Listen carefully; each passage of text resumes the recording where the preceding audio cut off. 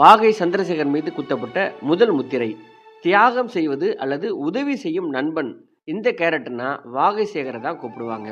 சந்திரசேகர் என்றாலே ஒரு சோகமயமான, உயிர் கொடுக்கும், உதவும் நண்பன் என்ற பிம்பம் இயக்குநர்களுக்கு மட்டுமல்ல, தமிழக மக்களுக்கே உருவாக ஆரம்பித்தது. அவர் நடிக்க ஆரம்பித்த காலம் தொட்டு இப்போது வரைக்கும் அந்த கேரக்டர் அவருடனேயே தொடர்ந்து வருகிறது. ஊமை விழிகள், செந்தூரப்பூவே, ஜெய்ஹிந்த் என அது தொடர்கதையாகவே வருகிறது. இதற்கெல்லாம் மகுடமாக 2002 வெளிவந்த சார்லி, சந்திரசேகர் இணைந்து நடித்த நண்பா நண்பாவில் அவருக்கு சிறந்த துணை நடிகருக்கான தேசிய விருது கிடைத்தது.